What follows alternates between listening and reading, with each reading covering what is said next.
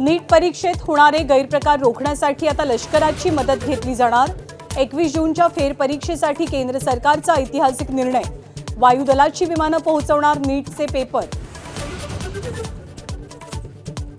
30 मे पासून रणरणत्या उन्हात उपोषण करणार। आरक्षणासाठी मनोज जरांगेंचा पुन्हा एल्गार। आता आरपारची लढाई, जीव गेला तरी चालेल, मनोज जरांगेंची घोषणा।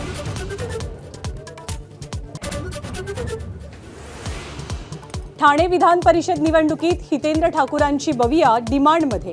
70 मतांना आपापल्या बाजूने वळवण्यासाठी भाजप शिवसेना दोघांमध्येही चढाओढ, गाठीभेटी वाढल्या।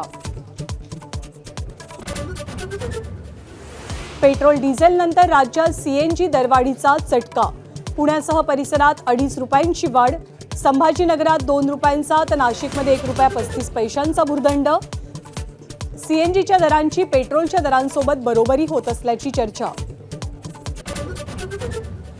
हिंगोलीत आरोग्य केंद्रातला हलगर्जीपणा समोर। डिझेल नसल्याचं कारण देत गर्भवतीला अँब्युलन्स सेवा देण्यास नकार। नातेवाईकांचा आरोप, नवजात बाळ दगावलं, कठोर कारवाईची मागणी।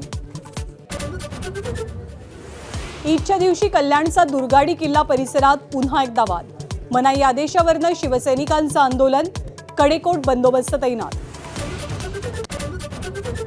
विदर्भासह नागपूरमध्ये उष्णतेची लाट कायम। 2 दिवसात 10 जणांचा मृत्यू झाल्याचा संशय। रेल्वे स्थानक परिसरातच 5 मृत्यूंची नोंद। 45 पार तापमानामुळे नागरिक त्रस्त। महान उर्दू कवी आणि शायर बशीर बद्र यांचं निधन। 91व्या वर्षी घेतला अखेरचा श्वास। स्मृतिभ्रंशानं बशीर बद्र होते आजारी।